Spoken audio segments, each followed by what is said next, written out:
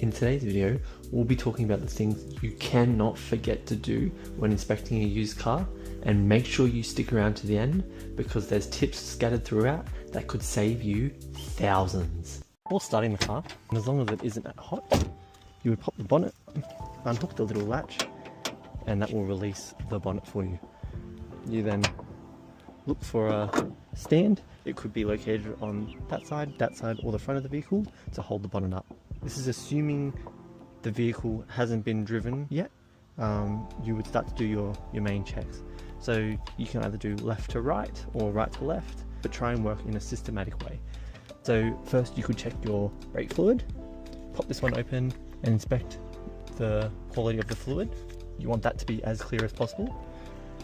For this vehicle here, you can see that the air filter is located just here, and there it is there.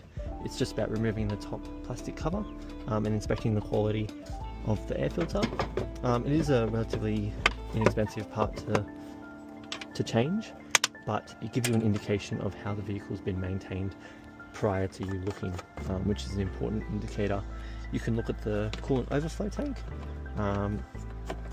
Anything with a plastic cap like this is safe to open even when it's hot, but anytime you see a cooling cap like this, you know it's pressurized because it'll obviously never open when hot.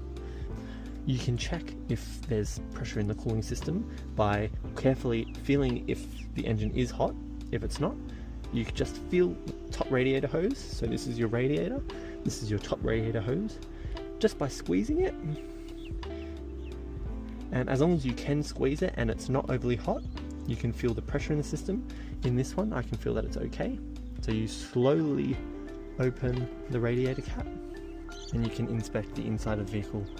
So interesting enough, this one has, you can see some type of foam bubble inside. So it could indicate a mixing with oil, or it could indicate potentially a head gasket failure, or something's been topped up in here incorrectly. So that's something to take note of. The next thing you could check, as long as the vehicle isn't hot, is you could open your oil fill cap and just inspect the inside of the rocker cover for any excessive sludge, which would indicate the vehicle hasn't had their regular oil changes, or excessively dark oil, which would indicate the same thing, and on this one it's okay. So there's no problems there. Then you would try and locate your dipstick, your oil dipstick, and on this one it's through the exhaust manifold. So when you first pull it out, give it a wipe with something, whatever you have. Try and make sure it's clean before you dip it back in, because it does go directly back into your sump. You then dip it in, make sure it goes all the way to the bottom, and pull back out. By doing this, you can inspect the quality of the oil, how new it is, depending on how clear it is, and the level that it's been maintained. If it is burning oil, you would see it's potentially down lower if it hasn't been topped up by the owner. But in this case, you can see it's perfect. It's just above the maximum fill point, which is absolutely fine. So you can put that one back in. Make sure it's all the way down to the bottom, especially on diesels, because they will blow oil out. At this point, you would also inspect any major oil leaks. So you would look for leaks around the rock cover. It's a relatively inexpensive replacement, but doing the labour, especially if it's not yourself doing it, can obviously be a few $100s. You would also look for leakage around where the gearbox mounts up to the engine. For your rear main, you would look for general condition of your components, whatever you can see. So your AC compressor, my power steer reservoir, you can see that one's a little bit oily, could indicate just poor refilling or potentially a leak.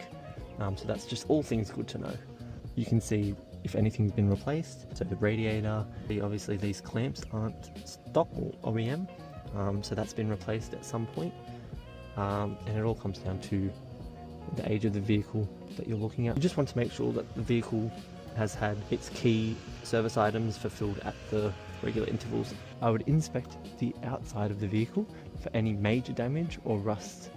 You can see, you would take note of obvious scratches or sat marks or potential rust marks, for especially the guards and wheel arches. When inspecting the exterior of the vehicle, you'd be looking at the tread wear, seeing how much tread is left on the tyres, if there's any excessive damage to the wheels or rims, and these look like relatively new tyres, so in this case that's one less thing to replace. This next tip I see so many people not doing or missing, and it's one of the most important. You need to be checking for oil underneath the car, whether it's engine oil, transmission oil. You need to be seeing if there is any and where it might be coming from, because these can be expensive repairs, especially rear main seals requires their transmission to be taken out. You do need to be checking. This comes back to your bargaining power as well. Then I'd be inspecting the interior of the vehicle. What's the condition of the seats? Any rips, tears? What's the wear look like?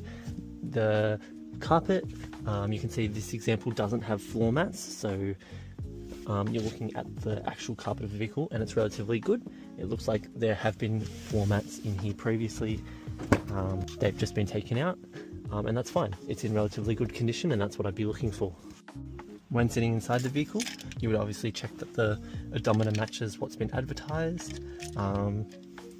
You would then put the keys in, turn the ignition on, and make sure all key lights are all working. You can see oil level, battery, parking brake, seatbelt, and if I do it again, ABS light and engine light. They're the main ones you want to see, and as long as they're coming on, you know that that obviously hasn't been tampered with. Start the car up. See how it starts, see if you can hear any noises and what noises you're hearing. Then just start playing with everything. Do the wipers work? Are they leaving streaks? Do they need to be replaced? Does the radio work? Does the fan and air conditioner work? Make sure you test both hot and cold. Do all the fan settings work? Make sure all your blinkers and lights work. Obviously that would have to be done with a second person. Make sure all your mirrors and lights work, all your windows. In that short time that you have to inspect the car, if you are serious about the car, make sure you try and touch everything to make sure everything is in working order, because you don't want surprises. 2 weeks down the line, there's things that need to be replaced when you could have checked and it could have been part of your bargaining power when purchasing the car. Just something to keep in mind. So once you start the car, seatbelt on, put the car into drive, and it's time to go. So when you're test driving a car, a used car, there's lots of different things that you can do to try and inspect the condition. You want to put pressure on the brakes, see if there's noises, see how good you stop and start, see how good and accurate the steering is, if there's any noises. If you're ever in doubt, organise with the seller to get a pre-purchase inspection with your local mechanic or whoever's most local to wherever you're purchasing the car.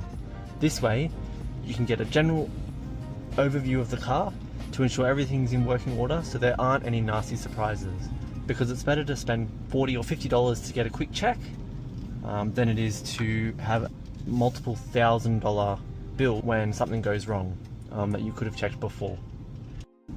When buying a new car, especially a used car, try and take someone with you, because a second pair of eyes may pick up things that you mightn't, especially if you've got an emotional connection and you're the one purchasing, especially your first car.